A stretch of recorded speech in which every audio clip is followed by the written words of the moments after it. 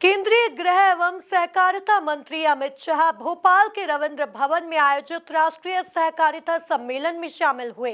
इस दौरान उन्होंने कहा कि प्रदेश में कृषि, पशुपालन एवं सहकारिता क्षेत्र में ढेर सारी संभावनाएं हैं। साथ ही उन्होंने मध्य प्रदेश सरकार को नवाचारों के लिए बधाई दी है। देखिए एक खास रिपोर्ट। मिशन एमपी पर आए केंद्रीय मंत्री अमित शाह। सहकारिता सम्मेलन में शामिल हुए अमित शाह। सहकारिता में योगदान के लिए एमपी को दी बधाई। अमित शाह ने की मोहन सरकार की सराहना।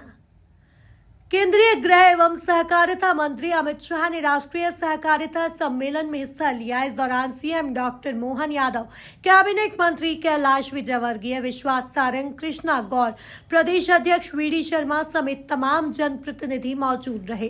कार्यक्रम को संबोधित करते हुए केंद्रीय गृह एवं सहकारिता मंत्री अमित शाह ने कहा कि मैं मध्य प्रदेश सरकार को बधाई देता हूं कि उन्होंने पैक्स के कंप्यूटरीकरण में पूरे भारत में सबसे पहले कार्य किया है।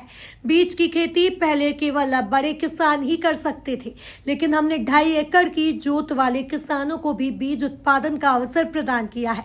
बीजों के संरक्षण और संवर्धन का कार्य बीज कोऑपरेटिव करेगी। इससे किसानों को उनकी उपज की उचित मूल्य प्राप्त होगा। और मैं मध्य प्रदेश सरकार को बधाई देना चाहता हूं कि पैक्स के कंप्यूटराइजेशन में पूरे भारत में पहला नंबर अपनी मध्य प्रदेश सरकार का और पूरा कंप्यूटराइजेशन होकर डिस्ट्रिक्ट कोऑपरेटिव बैंक के साथ जुड़ा हुआ, नाबार्ड स्टेट कोऑपरेटिव बैंक के साथ जुड़ा हुआ, नाबार्ड के साथ भी हुआ और ऑनलाइन ऑडिट कर सके ऐसी व्यवस्था उत्पन्न हो गई, जिसके कारण पारदर्शिता आई। और ये सारे पैक्स जो कंप्यूटराइज हुए वो सारे भारत की 13 भाषाओं में किसान की भाषा में काम कर रहे हैं। किसान को बैंक अकाउंट देना है, मध्य प्रदेश है तो हिंदी में दिखाई पड़ेगा, गुजरात है तो गुजराती में, बंगाल है तो बंगाली में, तमिलनाडु है तो तमिल में दिखाई पड़ेगा। इस प्रकार का एक सुंदर सॉफ्टवेयर बनाकर भारत सरकार ने पैक्स के अंदर प्रस्थापित करने का काम किया। और भारत के जितने भी मीठे बीज हैं, नॉन हाइब्रिड बीज हैं, इसका संरक्षण और संवर्धन ये हमारी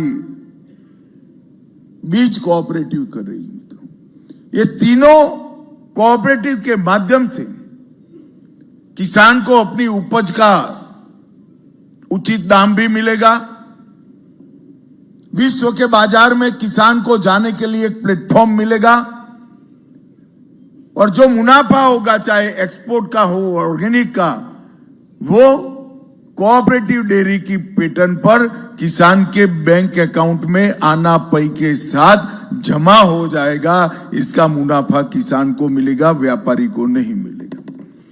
ये बहुत बड़ी उपलब्धि हमने की। सहकारिता के अंदर प्रशिक्षण के लिए सहकारिता विश्वविद्यालय भी बनाया।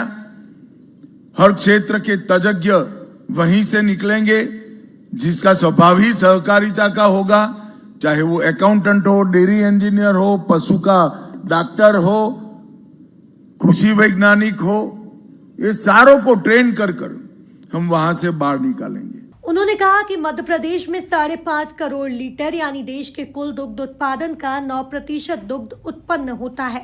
जब किसान खुले बाजार में दुग्ध बेचने जाता है तो उसका शोषण होता है।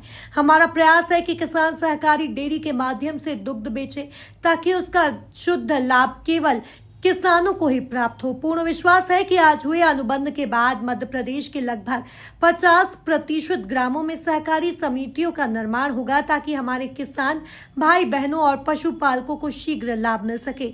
सहकारिता क्षेत्र में विस्तार के लिए मध्य प्रदेश के साथ प्रधानमंत्री मोदी जी के नेतृत्व में केंद्र सरकार चट्टान की तरह खड़ी है। और अभी लगभग 7,000 ग्रामीण दूध सहकारी समितियां हैं, तो आपको कितना बढ़ाना पड़ेगा इसकी कल्पना कर लीजिए। परंतु भारत सरकार एनडीडीबी और जरूरत पड़ेगी तो और कोई योजना से भी नरेंद्र मोदी सरकार मध्य प्रदेश के किसानों के साथ इसके लिए चट्टान की तरह खड़ी है। हर संभव प्रयास करेंगे। मित्रों, गुणवत्ता की जांच और किसान को हर सप्ताह भुगतान, ये दोनों का मेरा आग्रह है। MPCDF ने इसके लिए नीति निर्माण और ब्रांडिंग का काम भी करना पड़ेगा। तो मेरा आग्रह है NDDB और फेडरेशन, MP फेडरेशन से, ये 12 लाख लीटर से 24 लाख का जो आपने लक्ष्य रखा है उसको बदलना चाहिए। गांवों की संख्या भी बढ़ानी चाहिए। मध्य प्रदेश में अब सुशासन है। कांग्रेस के जमाने में जो कोऑपरेटिव मर गई, इसको जिंदा करने का ये स्वर्णिम अवसर है। मध्य प्रदेश ने इसका उपयोग करना चाहिए। कुल मिलाकर देखा जाए तो केंद्रीय गृह एवं सहकारिता मंत्री अमित शाह भोपाल के रविंद्र भवन में आयोजित राष्ट्रीय सहकारिता सम्मेलन में शामिल हुए। इस दौरान उन्होंने कहा कि प्रदेश में कृषि, पशुपालन एवं सहकारिता क्षेत्र में ढेर सारी संभावनाएं हैं। Bureau report, MP news, Bhopal.